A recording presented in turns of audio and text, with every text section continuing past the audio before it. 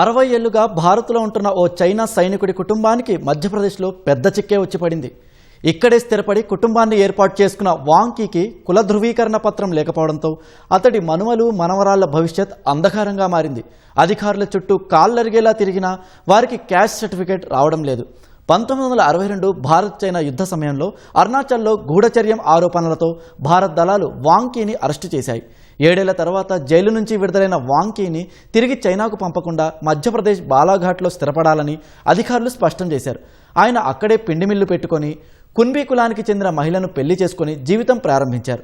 వారి పిల్లలకు caste certificate లేకపోవడంతో ప్రభుత్వ పథకాలు, ఉన్నత విద్య దూరమయ్యాయి. కనీసం మనువలు మనవరాళ్లకైనా క్యాస్ట్ సర్టిఫికేట్ ఇవ్వాలని 86 ఏళ్ల వాంగ్ కోరుతున్నారు. తనకు కులం లేదని, భార్య సుశీల కులం ఆధారంగానైనా సర్టిఫికేట్ ఇవ్వాలని మొరపెట్టుకుంటున్నారు. తమను ఇక్కడే స్థిరపడాలని అప్పటి భారత అధికారులు చెప్పారని, కాబట్టి సరైన పత్రాలు ఇవ్వడం కూడా వారి బాధ్యతే అని చెబుతున్నారు.